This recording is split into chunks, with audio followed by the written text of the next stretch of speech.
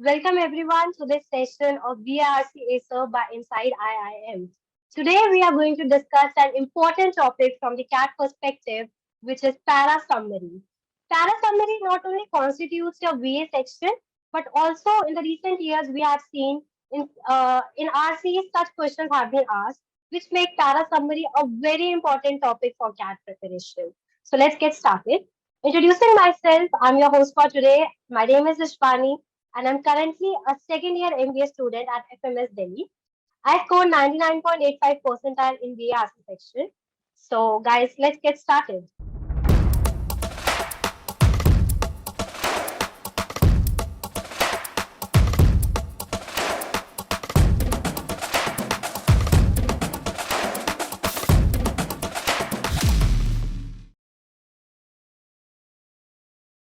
So, these are the questions that we are going to discuss today.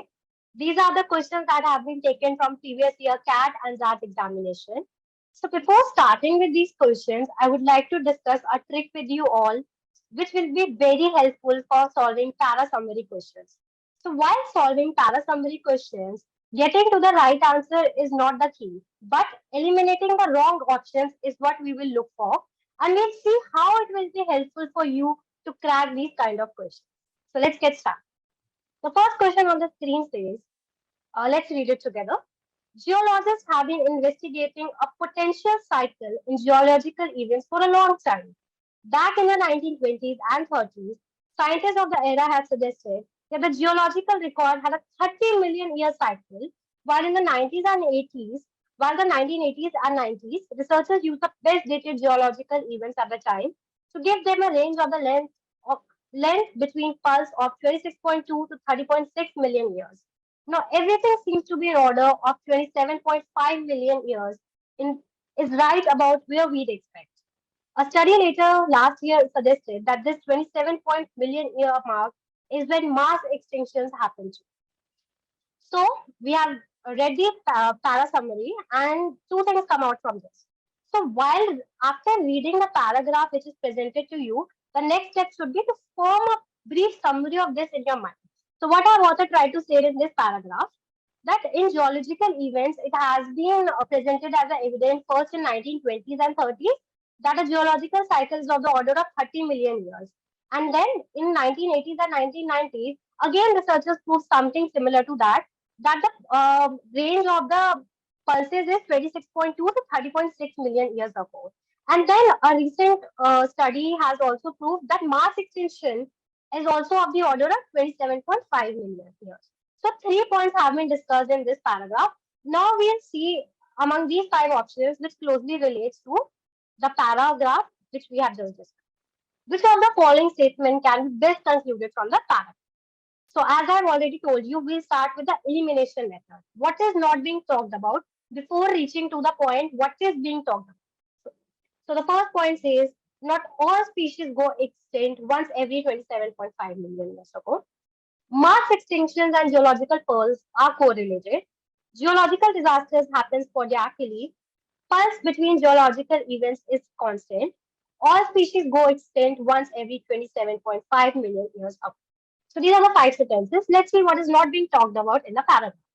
Talking about the first point, not all species go extinct once every 27.5 million years.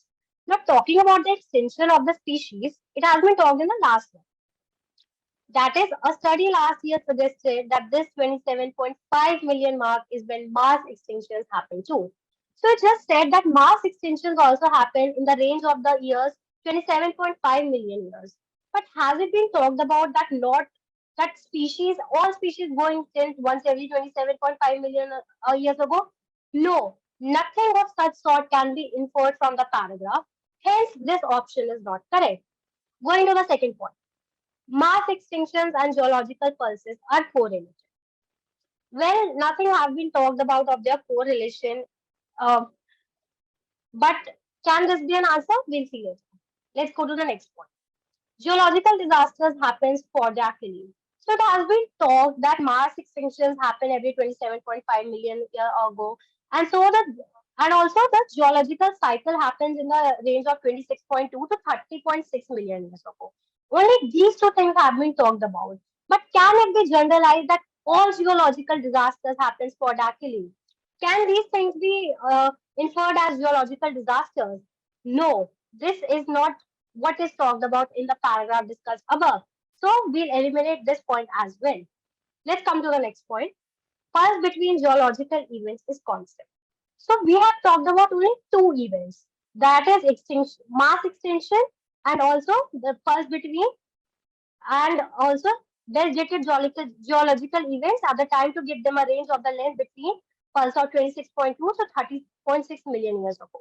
So two things have been talked about in the paragraph, and it is generalizing it to the every geological event, which is not true. Hence, this is not the answer. Talking about the last, all species go extinct once every 27.5 million years ago. So they say that all species go extinct. As already discussed in the first point, we can't generalize it to all species. We talked about mass extinctions, but not about all species going extinct. Hence, it is not the correct answer. Now we are left with just one option. Mass extinctions and geological pulse are correlated. So it is not explicitly mentioned in the paragraph, but can we infer that they are correlated? Let's see. First, it says that the geological record had a 30 million year cycle. Okay. And then it talks about the mass extinction cycle is also of the range of 27.5 million years. So can you find a correlation that the order of their repetition is of same order, that is 27.5 million and 30 million years ago? So can we infer that they are correlated? Yes, we can infer.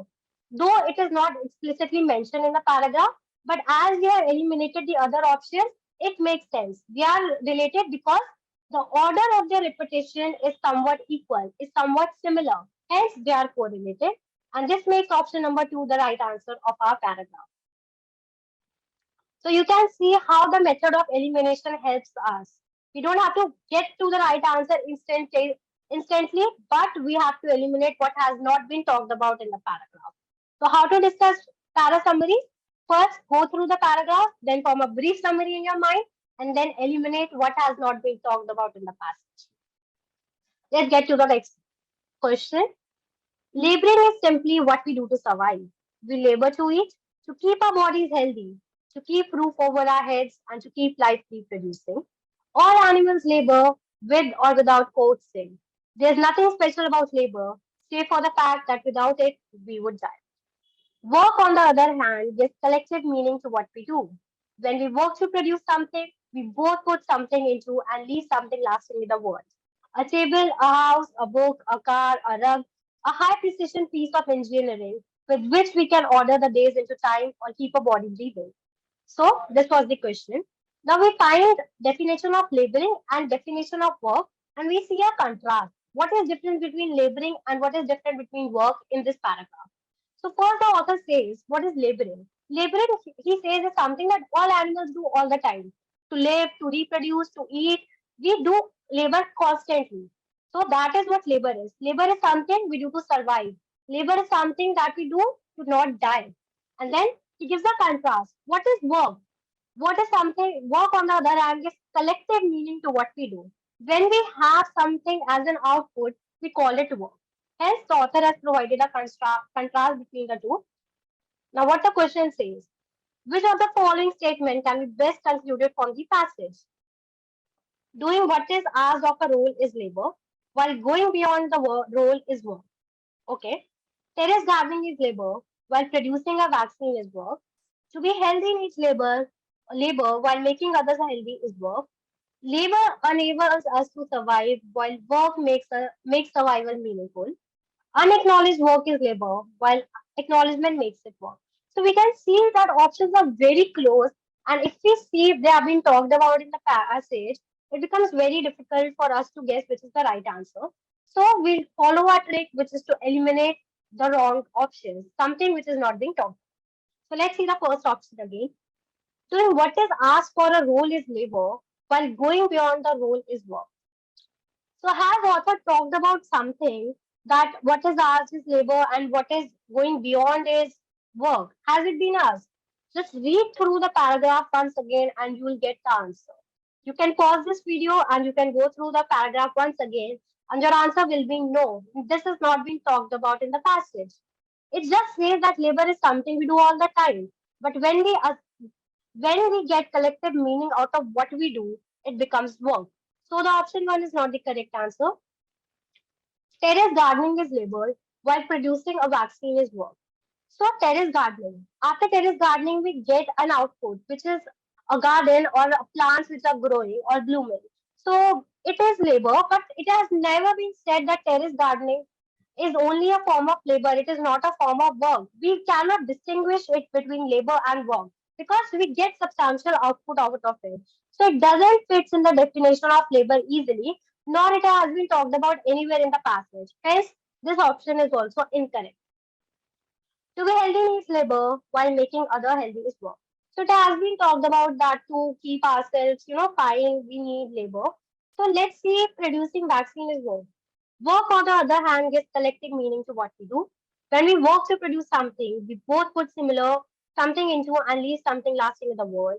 A table, a house, a book, a car, a rug, a high precision piece of engineering with which we can order the days into time or keep a body breathing.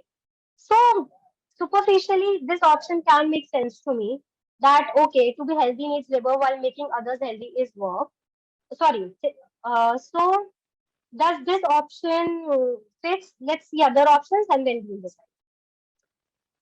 Labor enables us to survive while work makes survival meaningful. Well, it has been talked about in the passage very explicitly. The author has said labor is something we do all the time to survive, but work is something which assigns it meaning. So work is something which makes that survival meaningful. This has been explicitly mentioned in the passage. So it can be a very good answer to this question, but let's keep it on the hold and see the other options that we have shortlisted together. Let's get to the fifth option. Unacknowledged work is labor, while acknowledgement makes it work. Well, it has been said that labor is something we do all the time, but it has never been mentioned in the passage that labor is unacknowledged. It is something we do on a daily basis, we do throughout our life, but it has never been mentioned that the labor is an unacknowledged form of work. Hence, we cancel this option. Now we are left with two options, option number three and option number four. To be healthy needs labor while making others healthy is work. Labor enables us to survive while work makes survival meaningful. So out of these two options, we have to think which makes more sense, which has been explicitly mentioned by the author. And no marks for guesses. Option four is something the author talks about in the whole paragraph, which is the central theme of the paragraph under consideration. Hence, option four is the right answer. So there would be many instances where you feel caught between two answers, and then you are caught like which is the correct answer to any question. So at that point of time, you have to think, you have to reread, and you have to think what is the central idea that author wants readers to drive home. And after figuring that out, you will get to know that option four is the right answer. So that's how you deal with such traps when two options are so close. Let's get to the next question. It talks about accidents. One theory of accidents is what experts call the Swiss cheese model. A slab of Swiss cheese has several holes randomly and unevenly distributed over its surface. If several slabs are stacked together, it would be impossible for something to slip through unless all the holes happen to line up. If even one slab doesn't align, the impending catastrophe will meet a layer of resistance and the worst is averted. Aviation professionals will tell you that plane crashes never happen for a single reason. There may be identifiable primary factor, but it's usually a chain of events and array of circumstances neatly piling up. So author used a beautiful simile here, where he compares aviation accidents with Swiss cheese model.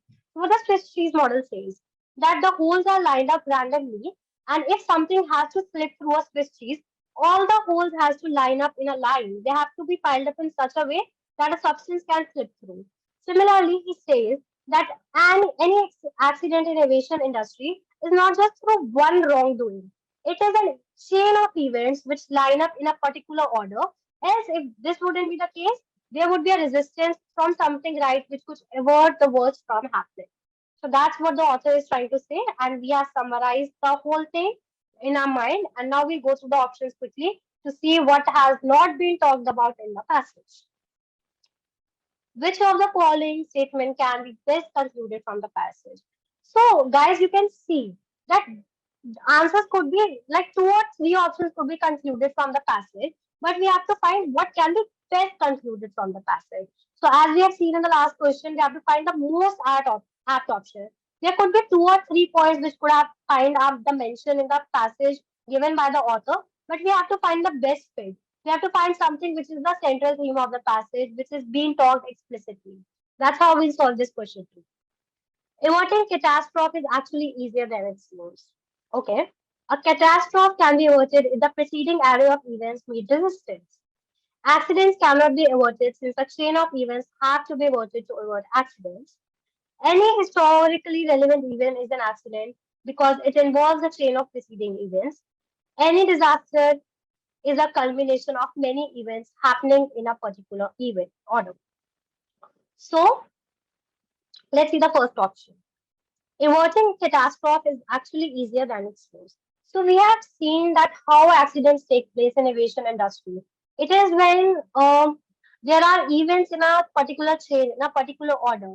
But has anywhere author talked about that it can be averted easily than it seems? No, this has find no mention in our passage, hence it is the incorrect answer. Let's get back, let's go to the next option. A catastrophe can be averted if the preceding array of events meet resistance. Well, this makes sense. This has been talked about that for an accident to occur, there should be a chain of reactions in a particular order. Hence, this can be an answer. But as the question says, we have to find the best conclusion from the passage. Hence, we'll keep this option on hold. Accidents cannot be averted since a chain of events have to be averted to avert accidents. When a chain of events leads to accidents, that has been talked about in the passage, but has anywhere it has been talked about that accidents cannot be averted. Chain reactions do lead to accidents, but has author talked about that accidents can never be averted due to this reason? No, this is not the theme of the passage. This is not what author wants us to, or this is not the message that author wants to convey. Hence, this is not the answer. Let's go to the fourth option. Any historically relevant event is an accident because it involves a chain of preceding events. Okay, this can be the answer. Any historically relevant event is an accident because it involves a chain of preceding events. When we have seen example of aviation industry, we have to see if it can be generalized to any historical event. Hence, we'll keep this option on hold. Any disaster is a culmination of many events in a particular order. Well, this option also makes sense to me. Now, I'll read through this paragraph again because it is now confusing for us because we have 3 options which can be conveyed from the above passage. So, paragraph 1 would be clear for everyone. So, I'll just read through the second paragraph. If even one slab doesn't align, the impending catastrophe meets a layer of resistance and the worst is averted. Aviation professionals will tell you that plane crashes never happen for a single reason. There may be identifiable primary factor, but it's usually a chain of events and area of circumstances neatly piling up. So, though author is talking about aviation industry, it is only provided as an example. First, it has generalized by giving a Swiss model example, and then it is saying that it also happens in aviation industry. Though we can figure out the primary reason for the failure, but then there are events that take place in a particular order that leads to accidents, right? So let's go through the options. A catastrophe can be averted. Okay. A catastrophe can be averted if the preceding array of events meet resistance. Well, it has never been talked about that how we can prevent accidents from happening. Hence, this is not the right answer. Now we are left with the fourth and the fifth. Any historically relevant event. Though aviation is presented just as an example, but can it be generalized? Can it be far-fetched to say any historically relevant event is an accident? It can be a positive historically relevant event also. Why we have to consider it as a negative event? In the above passage, we are talking just about accidents, and it talks about historically relevant event, which is not a right word to use. Hence, it is not the right answer. Let's go through the fifth point again. Any disaster. The author has used the word accident, which is somewhat close to the word disaster. Accident and disaster can be used interchangeably to some extent. So any disaster is a culmination of many events happening in a particular order. Hence, it is the right answer. Though other options may seem much close, but then we have to find the best answer that has been talked about in the passage. And the fifth is the closest answer among all these options. Any disaster is a culmination of many events happening in a particular order. Guys, it may seem difficult for you in the first go, but trust me, if you practice these questions, it just become a cakewalk for you. And even after this video, if you have any doubts, don't feel hesitant. Just reach out to the team inside IIM and we'll be more than happy to help you. Let's read the next question. Social movement organizations often struggle to mobilize support from allied movements in their effort to achieve critical mass. Organizations with hybrid identities, those whose organizational identities span the boundaries of two or more social movements, issues, or identities, are vital to mobilize these constituencies. Studies of the post 9/11 US anti war movement show that individuals with past involvement in non anti war movements are more likely to join hybrid organizations than are individuals without involvement in non anti war movements. In addition, they show that organizations with hybrid identities occupy relatively more central position in inter-organizational contact networks within the anti-war movement and thus recruit significantly more participants in demonstrations than do non-hybrid organizations. So what does the author talk about in this paragraph? Just frame this in your mind. Author talks about two kinds of organizations, one with a hybrid identity and one the social movement organization. So author says the one which does not have hybrid identities often fail to achieve critical mass because many people can't relate with it, right? Organizations with hybrid identities, on the other hand, those whose organizational identities span the boundaries of two or more social movements, issues, or identities, are vital to mobilize these constituencies. So it clearly mentions that organizations with hybrid identities are easily able to get support of people. Study of the post 9/11 US anti-war movement show that individuals with past involvement in non-anti-war movements are more likely to join hybrid organizations that are individuals without involvement in non-anti-war movements. Okay. In addition, they show that organizations with hybrid identities occupy relatively more central position in inter-organizational contact networks within the anti-war movement and thus recruit. So it clearly mentions that organizations with hybrid identities are able to recruit more people from the anti-war movements because their identity is hybrid. People can correlate with it easily, as it is already mentioned. They show that organizations with hybrid identities occupy relatively more central position in inter-organizational contact networks within the anti-war movement. So they all occupy central movements, right? So let's see the options. So we have the question is missing over here. We have to find which is most closely linked to the passage talked about. Post 9/11 studies show that people who are involved in non-anti-war movements are likely to join hybrid organizations. Well, this option makes sense to me. Hybrid organization are individuals that are deeply involved in anti-war movements.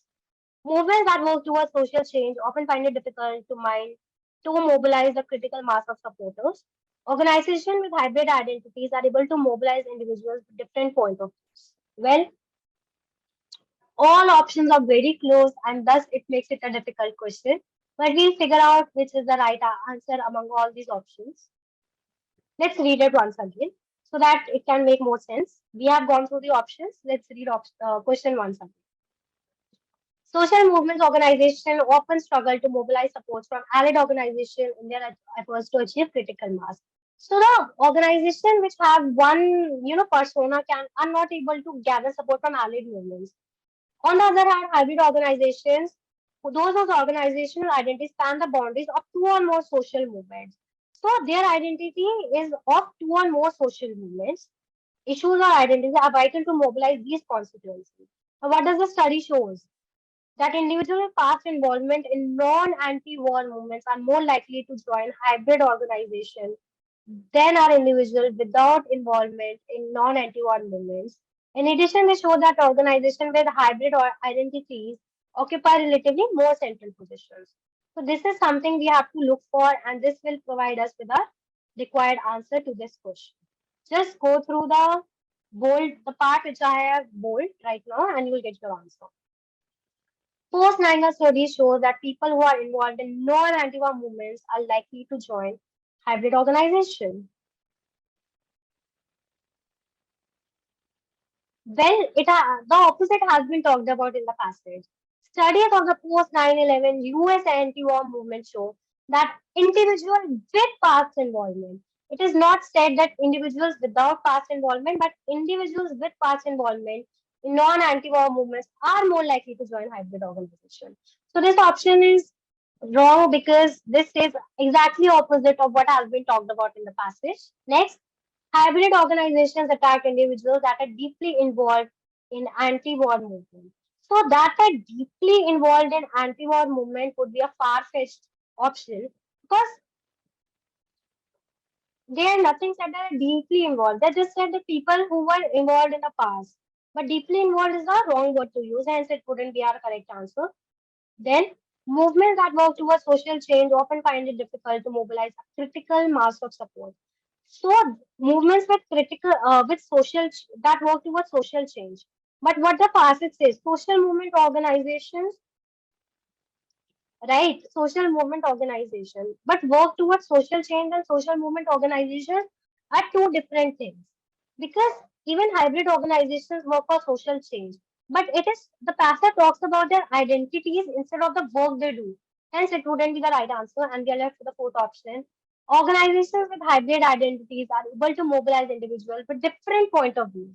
This is something that the author has talked about very explicitly, as you can see in the part that I have bold for you. Organizations with hybrid identities, those whose organizational identities span the boundary of two or more social movements, issues, or identities, are vital to mobilize these constituencies. And this is the central idea and the theme of the passage that we have just discussed. Hence, this is the right answer. Now we come to the last question for the day. Privately challenged office workers may find it hard to believe, but open plan offices and cubicles were invented by architects and designers who thought that to break down the social walls that divide people, you had to break down the real walls too. So it talks about how cubicles and open space offices came into the picture. So they were formed so that we can break down the social boundaries between the people that were working together in any office. Modernist architects saw walls and rooms as downright spaces. The spaciousness and flexibility of an open plan would liberate homeowners and office dwellers from the confines of boxes. But companies took up the idea less out of a democratic ideology than a desire to pack in as many workers as they could. The typical open plan office of the first half of the 20th century was a white collar assembly line. Cubicles were interior designers attempt to put some soul back in. Okay, so the passage talk about like it would be hard to believe for people, but how cubicles came into picture were that first open plan offices and cubicles were invented to break down the social walls, right? Who thought that to break down the social wall that divide people, you had to break down the real walls. That's the first one that is being talked about. Modernist architects saw wall and room as down as passive. The spaciousness and flexibility of an open plan would liberate homeowners and office dwellers from the confines of the boxes. The privacy that we talk about and the confines that the world had created back during the last century was something that the architects want liberation from. But companies took this idea in some other way. But companies took up their idea less out of a democratic ideology. So this idea was to promote democratic ideology than a desire. But offices, what they did was they took this ideology as a desire to pack in as many workers as they could. The typical open plan office of the first half of the 20th century was a white collar assembly line. Cubicle were interiors designer put attempt to put some soul back in. So what the corporates started doing, they used this space, the open space, to pack in as many employees as possible in the open space. Because now we are not providing privacy and cabins to each and every employee. So in open space, they could fit in as many employees as they could want, and this led to exploitation of the employees. This led to some other ideology. This led to exploitation by the companies and and then cubicles came into force to put some soul back in, to just give some privacy, some space, and to stop companies to fit in as many employees as they would. So let's see the options. Again, in this question, we have to find the option which is closest to the what has been talked about previously. Wall-free cubicle office spaces did not quite work out as desired, and therefore cubicles came into it. So this can make sense. Let's see the other options. Wall-free office space did not quite work out the way their utopian inventors intended, as they became tools for exploitation of labor. This can be a good answer. Wall-free office spaces could have worked out the way their utopian inventors intended had companies cared for worker satisfaction. Wall-free offices space did not quite work out as companies don't believe in democratic ideology. Well, every option makes sense in some way or the other, but we have to find the best fit. Let's read it again. Let's go through the keywords again. But open plan offices and cubicles were invented by the architects and designers who thought that to break down the social walls that divide people, you had to break down the real walls too. The real walls were also broken by these architects. Modernist architects saw walls and rooms as down as passive. The spaciousness and flexibility of open plan liberate homeowners and office dwellers from the confines of boxes. But companies took up the idea less out of a democratic ideology than to a desire to pass. So it is said that companies took this idea less of it doesn't give the dimension of democratic ideology to this plan, but a desire to pack in as many employees as possible. So there is one option that talks that offices or the companies don't believe in democratic ideology. This option can be neglected because this is not mentioned that the companies uh, put down the democratic ideology. It is said that they took it less of a democratic ideology, but more as an opportunity to pack in as many employees as possible. Hence, this is not the right answer, and we can easily neglect option 4. Let's read it once again.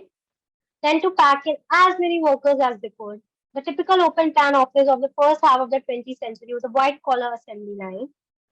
Cubicles were interior designers' attempt to put some soul back in. Let's read the third option. Wall-free office space could have been worked out the way their utopian inventors intended had company care for worker satisfaction. Has worker satisfaction talked about in the passage? No, it hasn't been talked about in the passage. Hence, it is not the right answer. Now we are left with the two very close options, first and second. Let's go through the options once again. Wall-free office space did not quite work out as desired, and therefore cubicles came into being. This could be a good answer, but let's go through the second option once again. Wall-free office space did not quite work out the way their utopian inventors intended, as they became tools for exploitation of labor. Right? So this find mentioned that they became a tool for exploitation of labor. So I can't find anything wrong in the second option, something that has not been talked about in the passage. Wall-free office space did not quite work out the way the utopian inventors invented.